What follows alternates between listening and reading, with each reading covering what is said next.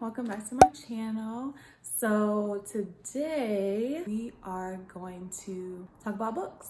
I love books. I'm a bookworm. I read like probably 3-4 books a month. Like, I love books. I read it mostly on my phone, but I do want to start getting more physical copies. What I usually do is kind of like screen it on my phone to see if I'm going to really enjoy it, if I'm going to pick it back up. And if I do, then usually I'll save it in my library on my phone so I can buy it later.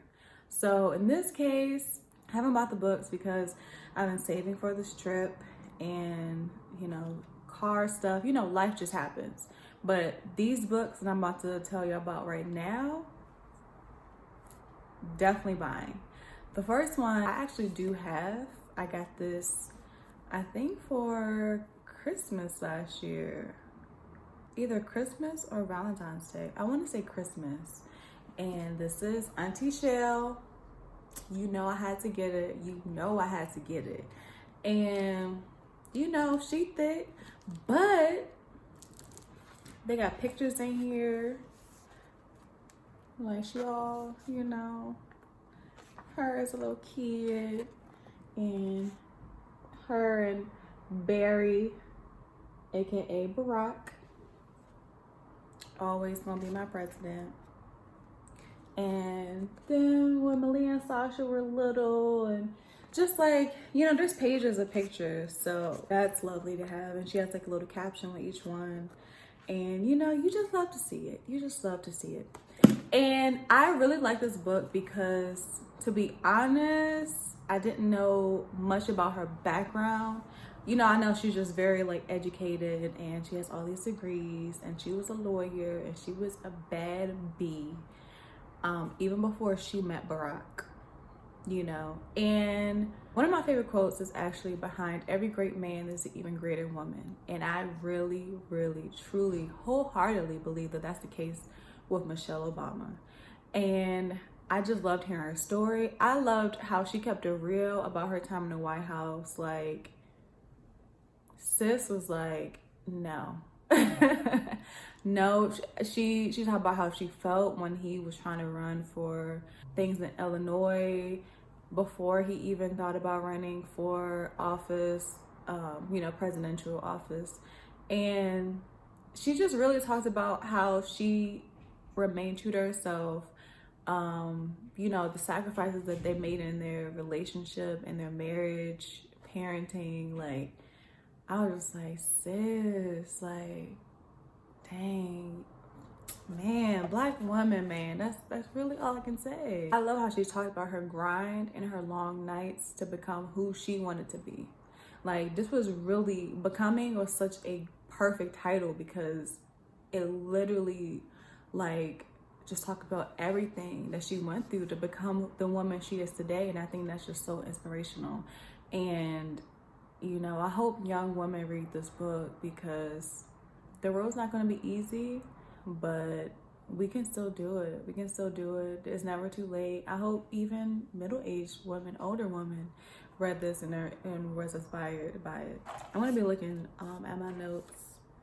So I have it in this cute little journal. I actually got it from Sally's Beauty, I believe. I ordered like some stuff last year and they gave me like a cute little gift set. It was like around holiday season. So they gave me a cute little gift set of like 3 journals. This is the biggest one. Then there's like a medium-sized one and then like a pocket one. And I've been using it. Shoot. I was like, thank you. I love journals. The next one is called You Can Heal Your Life by Louise Hay. And I feel like sis was reading me the entire time because she really helps you realize that no matter where you are in your spiritual journey, you have to continually do the work. You have to do the work. Like, you're not going to really grow spiritually, continue to grow spiritually if you don't do the work. If you don't do the work, sooner or later, you're just going to get stuck. This hair is just like, sis. But sis, relax. Okay. But, like, you really just have to do the work. And nothing's going to change if you don't. You have to continue to do it. You don't want to get stuck, so you just have to continually do the work. It doesn't matter how long you've been on your spiritual journey, what stage you're in, you're still going to have trials and tribulations. People are still going to try you. You know, people are still going to try to cut you off in traffic.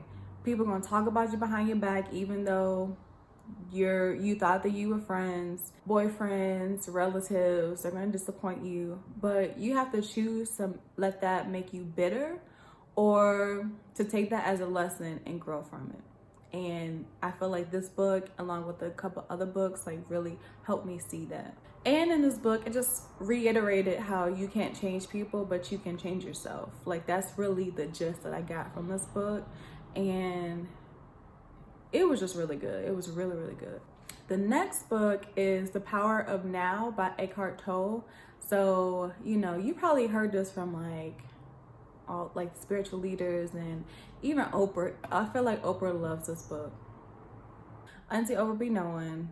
And so I picked this book up, and it was really, really, really good. Like, I feel like when I buy this book, I'm going to be highlighting like crazy. Like, I really plan on reading this like yearly or whenever I feel on track, just to like kind of like center me back and just like go through the highlighted page and just get grounded. Whenever I feel like I need to get grounded, I'm definitely going to come back to this book, because man, there's so many gems in here. This book really taught me how to just be in the now, be in the present. Like, don't think about your past, don't think about your future, because both can be crippling.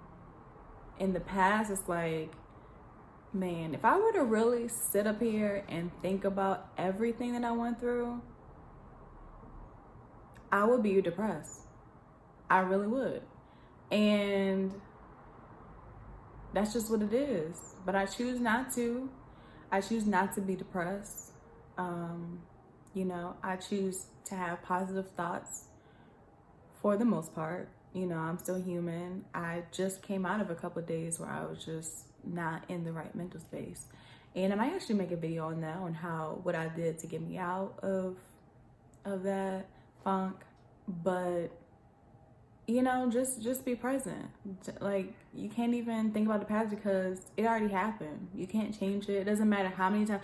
I'm one of those people, like, when something happens and I don't like the way it happens, I replay it in my head, like, constantly. Like, I should have said this, or I should have done this, and blah, blah, blah. But girl, you didn't. So what about it? Like, you didn't. Like, you'll know better for next time. But you can't replay the same thing like 80 times. That's not healthy. That's not gonna do anything for you. You just, like, girl, pray about it and move on. Like, you know, next time you're in that situation, ask for guidance. The streets is crazy today. Sir, where are you going? Where are you going? Oh, I'm just gonna let that leave. I'm gonna let that leave. Anyway, so it really just helped me be in the moment, be in the now. And don't even think about the future, because the future is like, well, what if you don't do that? Or what if God, the universe, whatever you want to call it, has something even bigger in store? Like, you can't even comprehend what's going to happen. Like, yeah.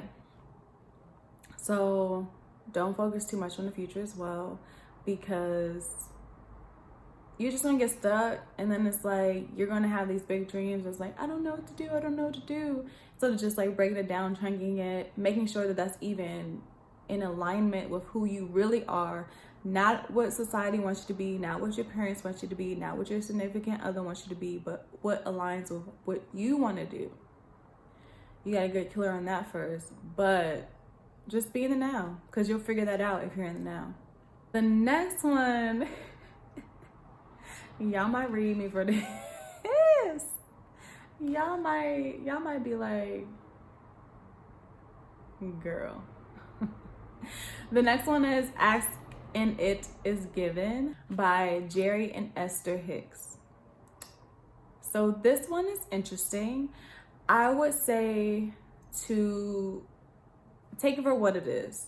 This is a book kind of about the power of manifestation. They talk about it through a spiritual channel that they named Abraham. So yeah, I'm not really going to go into Abraham. Read it with an open mind, I'll say that. Because for me, I was a little like,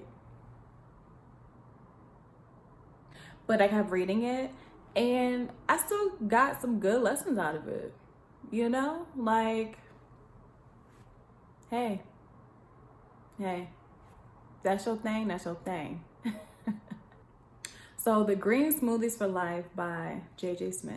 This book really reshaped my relationship with food. The way that she broke just things down, like, it was just really, really good. And I feel like, I mean, I kind of have been doing that for a minute anyway, like just having a green smoothie every day. Well, I'll take that back. I've pretty much had a smoothie every day for like the past 5-ish months, but they weren't always green. Like, I'll definitely make sure I get the protein powder, like especially when I work out, I'll definitely make sure I'm getting like the protein powder and all that stuff.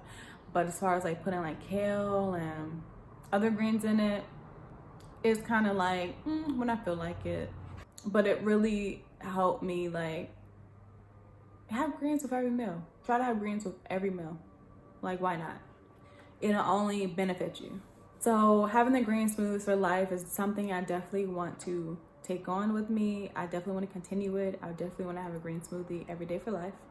You know, just to keep me balanced, keep me regular. There's so many different benefits to having green smoothies, and it's explained in the book. Girl, just get into it. Get into it. There's like even a movement on Facebook. I'm a part of the JG Smith like Facebook group, and it's just so empowering and encouraging to just see like different types of people, you know, coming in and just like having like the before and after pics, and you know, just I feel great. Like my mental clarity is like great. Like I just did a 5-day smoothie cleanse not too long ago using JJ Smith's book. She has a 10-day smoothie cleanse book, and I did that not too long ago. I'll drop it, you know, either up here or in the description so you can take a look and see. But I had so much mental clarity, like having that. There also is a modified version where you do like 2 smoothies a day and then have like a healthy meal, or even, you know, one is like you'll still receive benefits. It's not going to hurt you. So I definitely suggest doing that. Summertime bodies are made in the winter, and I'm trying to be team summertime fine next summer. So let's do it, y'all. The next one is The 7 Spiritual Laws of Success by Deepak Chopra. So this one I actually did an audiobook through my library app. And, you know, I just went for a walk one day and I just listened to it and I was just like, oh my gosh. So I definitely want to buy the physical copy so I can like highlight like crazy. My favorite spiritual law out this book is the law of intent and desire. When you place your attention on your intention, you get the desired outcome. So only focus on what you want. Focus on the good things. Don't focus on what's going to go wrong. Don't focus on the negatives. Focus on what you want. Focus on that. And that's that on that. No, I'm just playing. But focus on that. Focus on the positive. Focus on what you want. Don't focus on what you think might go wrong, because whatever you think about, whatever you manifest, pay attention to your intention. And that's like my new motto, really. The next one is More Than Enough by Elaine Welter-Roth. And this one, I had to read it just based off the title, like, more than enough. I am more than enough. You are more than enough. She is more than enough. He is more than enough. They are more than enough. I just loved it. And to be honest, I didn't know much about her. Her story is really dope. Like, she talked about her childhood, and you know, I can see some things in there that I could relate with. And you know, she talked about kind of like her rise. Like, she busted her butt to get to where she was, and you know, she kind of sort of realized like at what cost type thing. But just read it. Just read it. The next one is Miracle Morning by Hal Elrod. And this book really got me together. It made me get my ish together. It made me wake up earlier than I ever have before. And to set a schedule, that's when that's really when that's when I really got into like my rising routine. And it helped me to like be more productive in the morning instead of just hopping on social media first thing, because it's like you're focusing on other people by being on social media. Like you really think it's about you, but it's not. Like if it was for you, it would be in your journal. So take care of you first before you hop on social media. You know, have your gratitude journal, meditate, work out, X, Y, and Z before you start doing stuff for other people. The next one is Secrets of a Millionaire Mind by T. Harv Eker. And this was another good one. Like I really want to get more into like financial books. I've read like other ones like, every so often, but I want to stop making excuses. Like it's like, oh, I don't have enough money, and oh this and oh that. While that may be true, you can still see how you're spending. It doesn't help. I mean, it doesn't hurt you to take a look at how you're spending. It doesn't hurt you to make a budget, which I'm starting to do. It doesn't hurt you. It helps you, if anything. And you just have to be a big girl about it, or a big boy, or, you know, however you identify. Like, I'm just like, I just gotta do it. Nobody's in charge of my finances but me. So, girl, why are you spending all this money in Target when you know you got other things you want to do? You got other things that you want to invest in, and other projects you want to do, and like creative projects you want to do. Why you spend all this money in Target? Why? So it really just like gave me the tea on how the rich stay rich. Last but not least is The Top 5 Regrets of Dying by Bronnie Ware. So this book just really simplified everything. Like when people are on their deathbeds, they're not thinking about how much work they've missed. They're not thinking about how much more money they could have made, or how much money they could have saved. They're thinking about, dang, I didn't take my time with life. I didn't appreciate life and all that it had to offer. I didn't appreciate my family. I didn't appreciate my friends. I didn't appreciate my body. I didn't appreciate my health. I didn't appreciate my mental state. I didn't appreciate. I wasn't grateful. We have the opportunity while we are of sound mind and body to appreciate the little things. You know, be grateful, be thankful in this season. We tend to think about what we're thankful for, what we're grateful for in this season, but we can do that year round. We don't have to wait for the holidays to do that. Like, we can do that year round. Just be grateful for the little things. Notice the little things. Say I love you to your loved ones. Say I love you to your friends. Tell them thank you for being there. Basically, this book said everybody needs to take a chill pill. And those possessions that you buying, you know, off of Amazon, from Target, and I'm guilty of it too, sometimes. You can't take that with you. You can't take that with you. What you can take is peace and love. You're not gonna have your rollie on in the bed in, you know, a hospice. You're not gonna have your Jaguar parked out front. You can go, you know, get a shake or something in hospice. You can't take those with you. So, on that note, I'm gonna leave it at that. These are my top 10 favorite books of 2019. These are the books that I read over this year that really like just gathered me together, and I'm very grateful for. And once I start expanding my library, these are 10 books, well 9 because I have Auntie Michelle. These are gonna be staples when I get my bookshelf together. If you liked this video, if you're new to this channel and you liked me, if you know other bookworms, or if you want to become a bookworm, like this video, share this video, subscribe, because I'm going to be dropping, you know, gems all year round. So join the family. Thank you for watching, and I will see you next time. Bye.